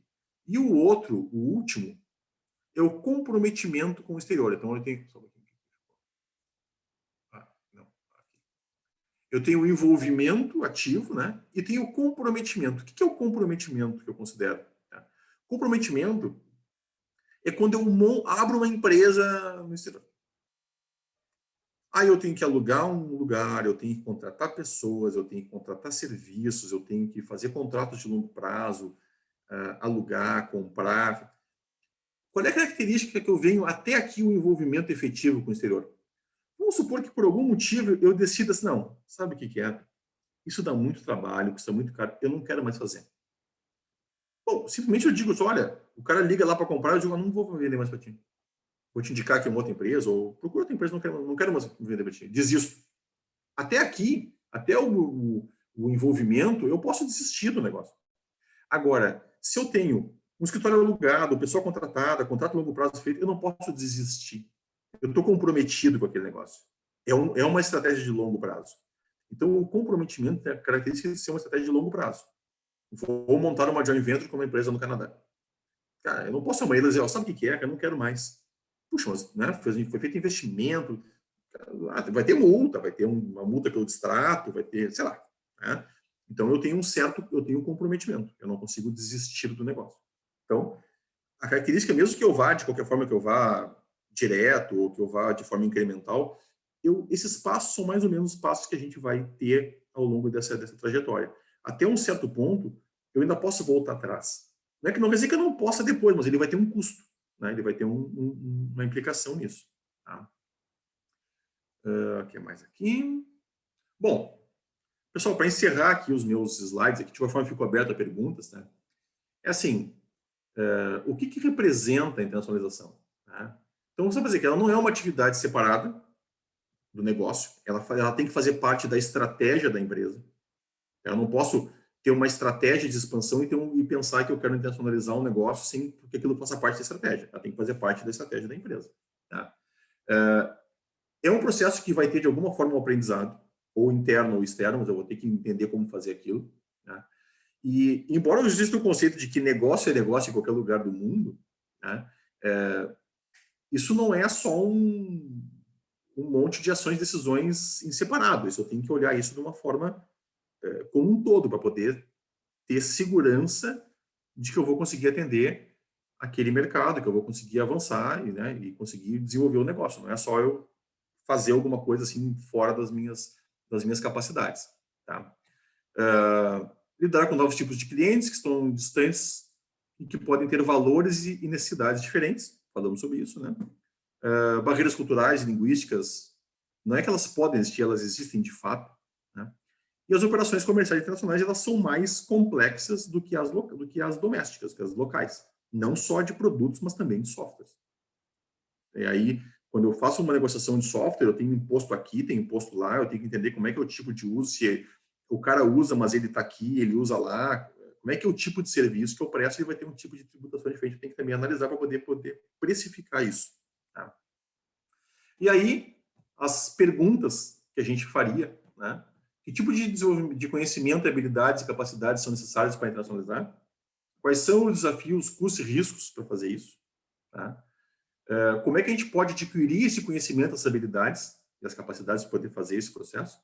Com que requisitos, os requisitos variam de acordo com o estágio do desenvolvimento, ou seja, se eu sou pequeno, estou crescendo, eu tenho determinado requisito, eu tenho um tratamento de uma determinada forma, eventualmente naquele país, se eu cresço, eu mudo.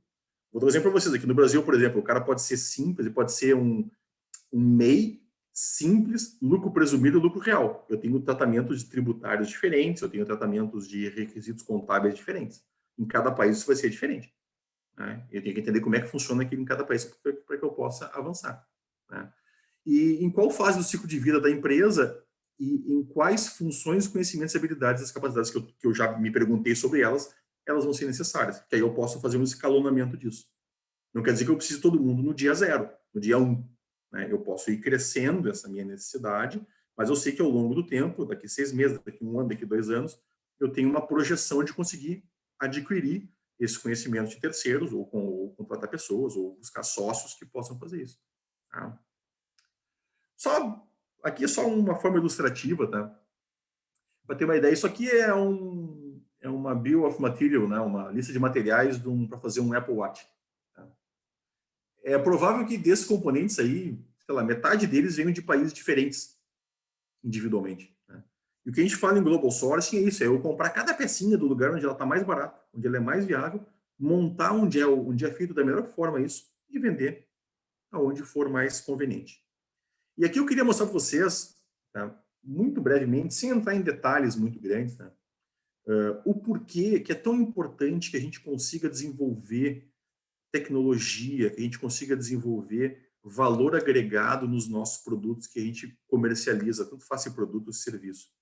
Isso aqui é a matriz de exportação do Brasil. Tá?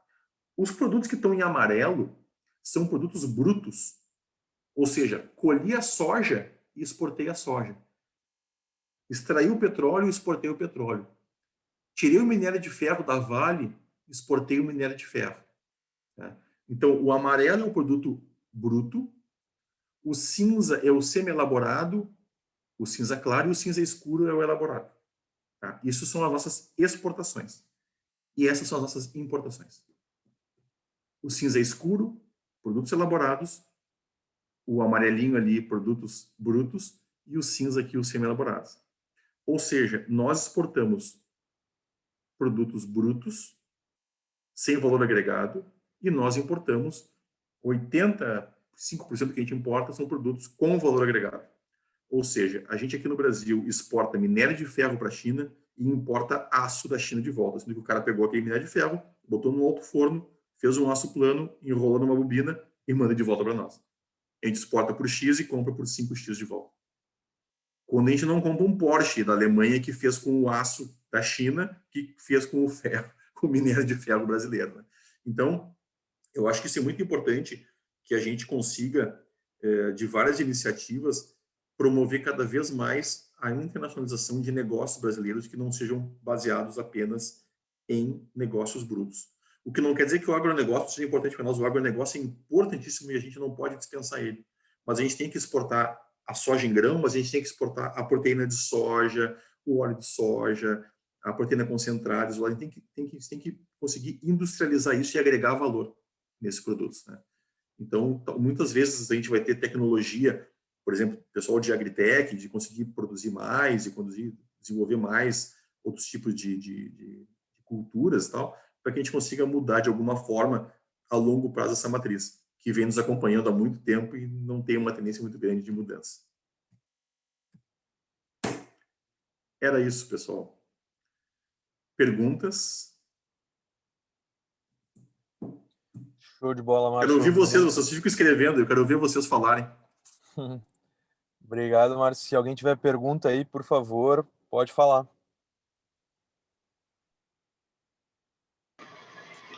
Só agradecer aí o tempo do Moreno, todos os conhecimentos, expertise, fabuloso ali. Acho que foi muito proveitoso aí. Um abraço. Eu que agradeço. Obrigado. Várias perguntas foram aparecendo ao longo aí, né? Então já... Deixa eu ver aqui, porque sumiu a minha... Aqui. Márcio, se tiver um tempinho, eu vou tomar a liberdade de fazer uma última pergunta aqui. Então, sim, claro. Não sei, mas vamos lá. Eu me lembro que no primeiro encontro, me fugiu o nome agora, mas era daquele pessoal de Agritech lá, e eles falaram que eles, né, já meio que começaram internacionalizando por uma maior dificuldade aqui de validar o produto deles aqui no Brasil, né? Mas eu me lembro muito bem que a recomendação dele foi assim, do tipo, cresça aqui antes, né? Finque raízes, bota estaca aqui no Brasil, né? E daí depois vá crescendo para fora. Mas daí, pelo menos para mim, isso pareceu um pouco conflitante com a ideia ali que a gente viu no início da apresentação, que e eu entendo e concordo, né? Que a gente está aqui justamente para já começar expandindo os horizontes, que já são modelos globais e tudo. O que você enxerga sobre isso, assim, do tipo, vale a pena já nós aqui desenvolvendo, muitas vezes validando uma ideia, né, estruturando tantas coisas assim, já lidar com toda essa complexidade que a gente viu hoje? Ou talvez pode ser um pouco mais inteligente, ou enfim, o que você enxerga? É melhor fazer essa escadinha ou a gente já pode pensar mais expansivamente assim? É que assim, ó, tudo depende das capacidades dos recursos que tu tem disponíveis nesse momento, tá? Se o cara estava com dificuldade, essa primeira eu não assisti, eu assisti só, acho que aquela dos Estados Unidos em diante, tá? Se tu tem recursos, tá? E mais importante, se tu tem algum parceiro que pode te ajudar a validar o produto em outros mercados, cara, vai e faz. Agora, se tu tem que contratar alguém para fazer, tu vai contratar uma empresa para fazer teste de laboratório para ti e tal. Se tu não tem isso, sabe? É uma questão de recurso, né? Se tu tem condições de fazer, porque isso é mais difícil tu fazer sozinho, né? Porque essa lógica quem está falando ali do Born Global, muitas vezes isso pode ser uma spin-off de uma outra empresa. O cara já veio com recurso na mão, entendeu? O cara vai lá e já faz. Porque, vamos supor ali, o cara vai trabalhar, sei lá, com milho. Tá? Eu estou só dando um exemplo, assim, desconheço profundamente o mercado agrícola, estou dizendo assim, mais ou menos assim, o que eu conheço muito superficial. O cara quer trabalhar com milho. Tá? Bom, grandes produtores de milho, sei lá, é o Brasil, é os Estados Unidos, não sei mais quem produz milho. Tá? Então, teria uma certa lógica que eu fosse buscar um parceiro americano para testar lá essa minha solução, para ver se funciona. Se funcionar lá, fantástico. Né? O que eu vou fazer com o cara? Bom, vou fazer contrato de confidencialidade, não compete, não sei, todas as formas que eu vou conseguir contratar isso para evitar que ele me tome a minha solução depois e eu fique na mão, né? Mas se eu tenho condições de fazer isso, se eu tenho alguém que consegue desenvolver essa conexão para que eu chegue lá e faça isso, é claro que já vale a pena tu sair fazendo, né? Porque senão, de outro lado, assim, até como tinha, acho que tem um dos slides ali, tinha exatamente isso. Não quer dizer que se tu desenvolver isso no Brasil, se tu for fantástico aqui no Brasil, o campeão do milho lá de Santa Rosa usa o teu produto. Cara, o que isso quer dizer nos Estados Unidos? Não é isso que vai te validar. Agora, se tu vai fazer isso para ter recursos, para ter um caixa, para daí tu poder fazer isso sem ter um parceiro, aí sim valeria essa estratégia, né? Porque pensa naquela pergunta inicial lá, né? Quero fazer? Sim. Como é que eu vou fazer? Não, primeiro, como e quando, né? Não, eu vou aqui juntar, quando eu tiver a capital, eu preciso ter $100 mil para fazer isso. Tá, então, primeiro eu vou atuar no Brasil, quando eu conseguir um caixa aqui, eu vou pegar, vou juntar esse budget aqui, vou lá e vou fazer. Não, mas o que eu preciso fazer? Não, se eu vou entrar em contato lá com um hub de inovação lá de Agritech, tal, já tem uns caras testando o produto semelhante ao meu, eu vou fazer um acordo com o cara vai testar o meu produto lá, se der certo, eu já nem vou lançar aqui, vou lançar lá. Cara, não tem problema nenhum. E isso pode acontecer e acontece. Porque eu sei que a tua solução resolve um problema lá que não resolve aqui. Então, acho que assim, isso não tem uma resposta exata. Talvez o cara tenha dito isso porque ele não fez... que nem, por exemplo, tem uma empresa que eu conheci também, uma startup, os caras desenvolviam um software, tá? Um determinado tipo de software. E eles queriam expandir, aí eles conheceram um cara na Inglaterra, o cara na Inglaterra fez uma proposta para eles, que o cara tinha uns clientes que eram chineses, que tinham uma empresa na Inglaterra e na França, os caras mandaram um cara para a Inglaterra, ficou morando na Inglaterra, 6 meses no desenvolvedor, trabalhando lá, visitando a empresa, fazendo implementação, blá, blá, blá. E os caras acreditaram, porque o cara pensou, bom, o inglês não vai nunca, né, não cumprir um contrato comigo. Cara, o produto pronto, instalado, validado, testado, os caras cortaram relações com ele.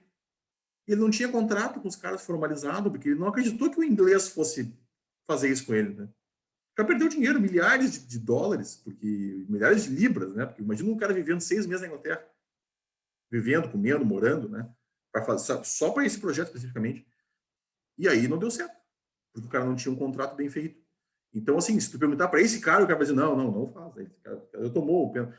Mas se tu tivesse um contrato bem feito, né? Um contrato que garantisse, resguardasse a propriedade intelectual, não vejo problema. Mas tem que olhar a situação em situação, e não é só o negócio, são as tuas capacidades internas também, né? Capacidades tanto tuas, dos teus sócios, de quem tu pode contratar, e recursos, capacidade em recursos disponíveis que tu tem. Né? Não isso, infelizmente, não tem uma resposta assim, binária para isso. Né? Ela é um conjunto de situações que tem que ser observadas. Né? Não sei se respondi a tua pergunta, mas... Não objetivamente, mas é que realmente tu precisa analisar... Cada caso é um caso, né? Cada caso é um caso. Show, Márcio. Obrigado. Gostei bastante do parecer. Mais alguma pergunta, pessoal? Eu estou à disposição de vocês. E assim, ó, olha só, eu só queria dar mais um recado para vocês. Ali no final tem o meu e-mail, depois eu vou passar a apresentação ali, deixo meus contatos. Eu vou ficar acompanhando, de qualquer forma, vocês, tá? Mas se vocês tiverem questões depois que vocês quiserem tratar em particular, tiverem algumas demandas, conforme vocês vão avançando, vocês podem me contatar, porque a gente tem todo interesse em poder auxiliar o desenvolvimento desses negócios. Né? Então, vamos conversar. Se vocês tiverem alguma dúvida posterior aí, fiquem à vontade de fazer contato comigo. Tá? Podemos tratar caso a caso e vai ser um prazer poder ajudar, certo?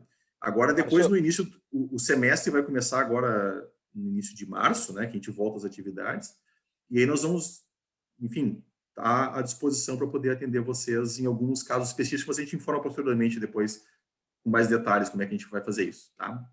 Márcio, a Helena da SAIS está com a mão levantada ali. Helena, se quiser fazer uma pergunta. Tá, é que eu não vejo. Ah, tá ali, tá, desculpe. Não, tudo bem. É que tá muito pequenininha para mim, não tá me enxergando. Pode falar, desculpe. Não, tudo bem. Primeiro, te agradecer pela aula, porque ela foi esclarecedora em muitos aspectos, assim, acho que estava faltando essa fala toda para a gente compreender melhor, né, todo esse universo da internacionalização. Mas eu queria, na verdade, assim, umas sugestões, uns guias de como a gente pode aproveitar melhor essas falas do Go Global nessa fase que a gente está de ideação da startup. Como que a gente pode observar melhor essas experiências e trazer para a nossa realidade? Assim, eu vou dizer, assim, justamente o intuito da minha fala não era de forma alguma assustar vocês, mas trazer os elementos que realmente têm que ser considerados num projeto de expansão internacional. E aí, assim, eu acho importante que vocês reflitam sobre os modelos de negócio, sobre os tipos de negócio de vocês, e vocês perguntem. Como se vocês perguntem para o cara que está falando sobre a Estônia, como é que é lá. Pergunta para o Canadá, como é que é lá. Pergunta para Israel. Vão fazendo perguntas contra perguntas e vão vendo como é que esses negócios acontecem lá, porque eles podem acontecer de formas bem diferentes. né? Pegar, não, mas é uma estratégia, uma fintech, eu tenho um negócio, o cara fez uma programação, tem um software, eu vou acoplar no software bancário, tá, ok, mas mesmo assim, a forma com que isso, os critérios, certamente, por exemplo, lá na Estônia, deve ser muito mais fácil eu fazer uma operação de open banking lá e ter um modelo de fintech que vai resolver um problema, porque lá já está tudo digitalizado, do que num outro país onde não está, mesmo que ele seja desenvolvido. Então, eu acho que isso é importante que vocês consigam e que vocês pensem sobre isso que a gente falou hoje, reflitam sobre os negócios de vocês e vocês vão coletando informações. Porque o importante, nesse momento, que vocês ainda estão em fase de validação, na sua maioria, é vocês coletarem informações para entender como é que, de fato, os negócios acontecem em cada um desses mercados. Ah, mas eu posso fazer uma aceleração lá, ok, mas isso isso vai implicar em quê? Né? Um processo de aceleração no Canadá, né? Ah, não, aqui tu vai ter acesso a X atividade, tu vai conseguir daí buscar, as empresas aqui, nesse meu modelo de negócio, elas são abertas a receber empresas internacionais, já tem um histórico de empresas latino-americanas, tem um potencial no Latam Startups para receber. Entender quais são os potenciais desses ecossistemas que vocês vão ter acesso no primeiro momento. E aí, com base nisso, vocês podem até procurar outros ou entender outros, mas quanto mais vocês vão entendendo de como é que esse processo pode se desenvolver, vocês vão formando um conhecimento para poder buscar, ou esses, né, o qual vocês julgarem mais interessante, ou até buscar outros. Por exemplo, Portugal é super interessante. Pô, posso buscar em Portugal? Sim, mas eu já sabe o que buscar. Já sabe que tipo de coisa o teu produto, que tipo de apoio o teu tipo de negócio receberia lá naquele mercado, né? E como é que uma empresa compra esse produto lá? Lembro do cara lá do estacionamento, o cara tinha um negócio aqui no Brasil super bom, tinha um baita negócio no Brasil. Lá não valia nada, porque lá os caras não queriam saber de barrar o estacionamento, eles queriam saber de deixar passar. Então, isso é um exemplo assim, até meio bobo, assim, mas pode acontecer, né? Então, aproveite que vocês já vão conversar com alguém desses países e tenta tirar o máximo possível do negócio de vocês em cada um desses países. Já vai ser, olha, uma mão na roda, assim, isso já é muito mais do que a grande maioria vai ter acesso.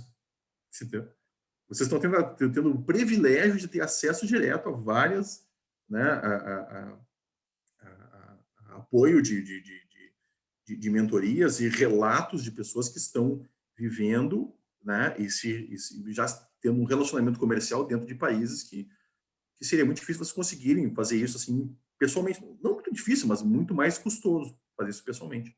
Essa é a minha sugestão. Esse era o objetivo da minha fala, assim, era conseguir despertar em vocês assim as dúvidas que vocês podem ter, mais do que trazer solução, é trazer as dúvidas para que vocês possam pesquisar essas dúvidas com vários dos palestrantes ao longo do caminho. E desenvolver, claro, os negócios, né? Sim, valeu, professor. Muito obrigada. Show de bola. Beleza, gente. Bom, como o professor Márcio falou, ele vai acompanhar o Go Global ao longo aí do programa, né? Então a gente está muito feliz de ter essa parceria. Então, certamente, assim, se surgirem perguntas ou qualquer coisa que vier a aparecer, vão ter mais oportunidades, né? Ele vai acompanhar Não, com vocês. certeza. Então, oportunidades vão ter como essa, mas essa era uma primeira conversa muito importante para a gente ter com todo mundo aqui, né? Para já a gente começar a erguer essa fundação, né? A gente está aqui fincando ali as estacas da fundação, da internacionalização de cada uma das startups, e a partir desses momentos vocês vão começar aí a construir, então, botar chão, erguer parede e tudo mais seguindo essa analogia, certo? Então, fico muito obrigado de novo, professor Márcio, certo? E muito obrigado a todos vocês que participaram aqui junto com a gente. No grupo ali, depois a gente vai enviar para vocês o formuláriozinho de avaliação, né? No final de cada encontro a gente tem um formulário de avaliação que ele é para a gente entender o que vocês gostaram e o que não gostaram, para que a gente possa justamente ir melhorando a cada encontro, certo? E também é a forma que a gente tem de registrar a presença de cada uma das startups, certo? Não precisa todas as pessoas da startup responder, mas pelo menos uma de cada responder esse formulário que a gente vai lançar. certo? Semana que vem, na terça-feira, a gente não vai ter encontro, porque é carnaval, certo? Então aí vamos ter esse descanso, né, no trabalho e tudo mais, e aqui no programa também. E a gente retorna na quinta-feira, certo? Na quinta-feira com um encontro com a Estônia, certo? O encontro com a Estônia que vai ser, deixa eu só confirmar aqui, às 10h30, tá? O outro encontro com a Estônia, a gente teve um probleminha com a questão de horário com os palestrantes, né? Dificuldades aí de fuso, de um monte de gente que a gente chama. Então, assim, infelizmente, a outra com a Estônia acabou tendo aquele ruído na comunicação ali do palestrante com a gente com vocês e tudo mais, tá? Mas a próxima é às 10h30, certo? A próxima segue o horário tradicional lá esperado. Então, como eu falei, terça-feira que vem não tem encontro, quinta-feira é de manhã, porque é com a Estônia, certo? Cauê, eu vi que tu tá com a mão levantada, quer falar aí, cara? Eu queria perguntar ali desse encontro que foi da Estônia, que por acaso eu acabei não assistindo na hora. No caso, eu responderia como que eu assisti depois do vídeo. Eu não. A gente responde como participação, porque viu o vídeo depois, ou nesse caso não responde e deixa em branco? Sim, pode responder depois. Pode responder depois, sim. Não tem. Responde normal. Tá. Ele pega, ele responde. Show. Pra gente até é bem importante que vocês respondam por conta dessa questão da gente poder sempre o programa ele ir organicamente se melhorando, né? Digamos assim, a cada encontro a gente ouve a opinião de vocês. Então, se viram depois, só não respondam se não viram, né? Tipo assim, não viu o encontro, aí bom, aí não responde. Mas se vocês viram no YouTube depois, enfim, por favor, respondam, tá bom? Mais alguma pergunta com relação a isso, gente? Não tendo, beleza. Bom, como eu falei então, terça-feira. Muito obrigado descanso. a todos, foi um prazer. Sucesso. Valeu, Márcio. Quinta-feira a gente se vê, pessoal. Um forte abraço para todos.